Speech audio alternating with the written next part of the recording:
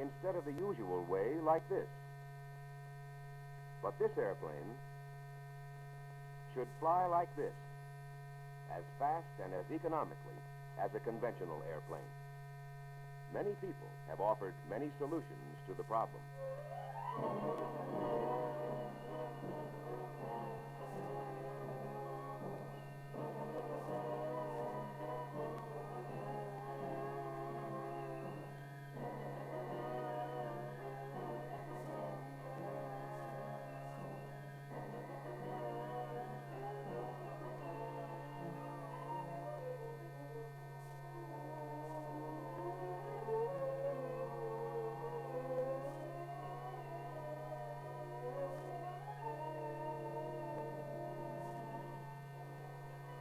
The V-STOL era of aircraft, with vertical rising, hovering, and high-speed flight capability, moved closer to actuality early in 1964 as the Ryan Aeronautical Company unveiled the world's first lift-fan research aircraft, the XV-5A.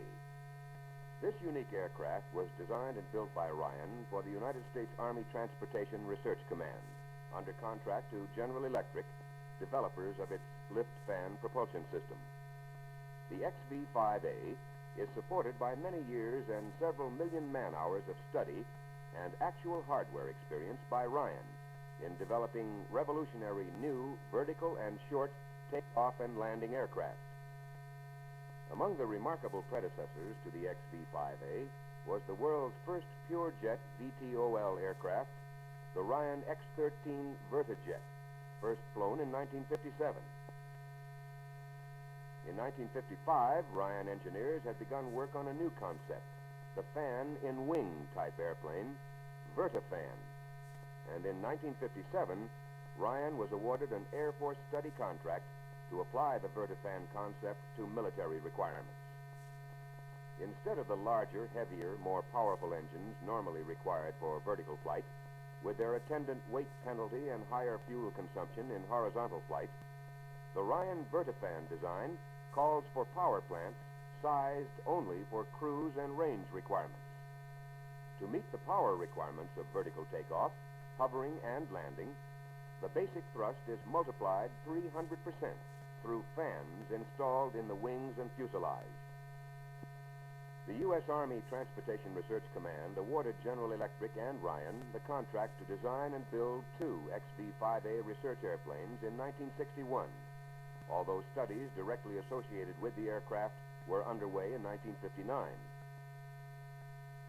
More than 600 hours of wind tunnel tests with 5 different scale models, including 340 hours with a full-scale propulsion system, proved the effectiveness of the XV-5A's basic design.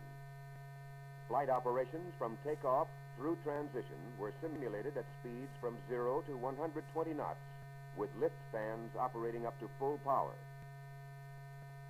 At the Ryan plant in San Diego, an XV-5A mock-up was built for engineering design confirmation and inspection. As fabrication of the two flight aircraft proceeded, interest was focused on the unusual fan-in-wing arrangement.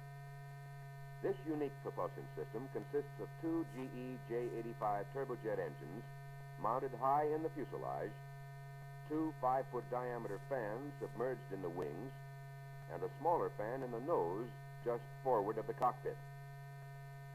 By the use of diverter valves in the tailpipe, the thrust from the engines can be channeled to the fans for VTOL operation or out the tailpipe for conventional flight. The first of the two XV-5As was shipped by truck from San Diego to Edwards Air Force Base in February 1964. Within weeks, the second airplane was sent to the NASA Ames Research Center for wind tunnel testing. At Edwards, high-speed taxi tests were started in preparation for the first conventional flights soon to follow. But let's go back and examine the 2 decades of experience that led to these flights.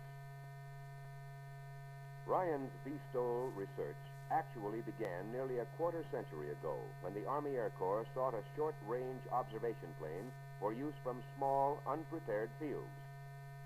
Ryan's answer was the YO-51 Dragonfly, a 2-place, single-engine, high-wing monoplane which required less than 50 feet for takeoff and landing runs, and appeared almost to hover in certain conditions.